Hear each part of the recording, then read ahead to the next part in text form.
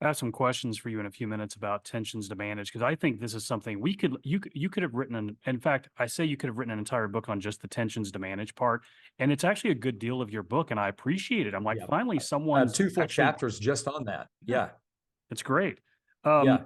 And I also think you'll agree because you also touched on the definitions of leadership. Because again, John Maxwell's definition, although he probably has 1,000, the one that he's most known for saying is that leadership is influence, nothing more, nothing less. I think you agree, and you also say so in your book that there are as many definitions of leadership as there are people with opinions.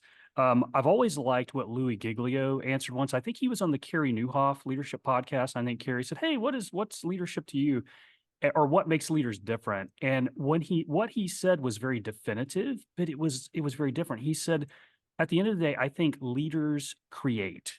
Yeah. Basically leaders create. So in chapter 2 of your book, you give a bullet list for some of the things that leaders create. Can you unpack some of those for us here? Yeah, well, I talk in that chapter, and maybe one day we'll do a whole book on this. I love this topic of leadership and management because they are words that often are used interchangeably, and they're very different. They're distinctly different. And so, when I'm comparing these two things, the reason it's in the book, Will, is because as a leader stepping into this role that you didn't create, you're inheriting all these things.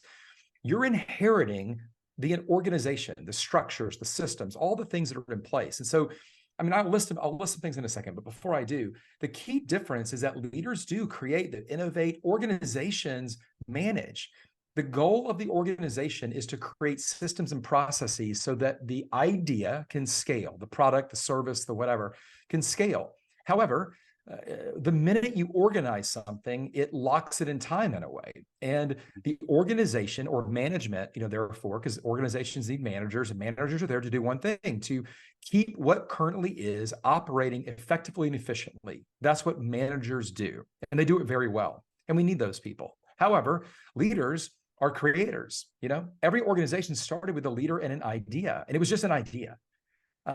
To scale the idea, we had to organize the idea, which then meant we had to bring managers in with the job of keeping what is functioning well. However, as the world changes, which it does constantly, as customer preferences, taste change, as the culture changes, whatever it may be, the leader wants to change along with that culture change, wants to change with the customer preference change. Yet all of these management people are now trying to restrict change to a, Frank Blake said this, plus or minus 5% when I interviewed him. Frank was the former CEO of the Home Depot. And he said everybody can tolerate about 4 to 5% of change. That's it.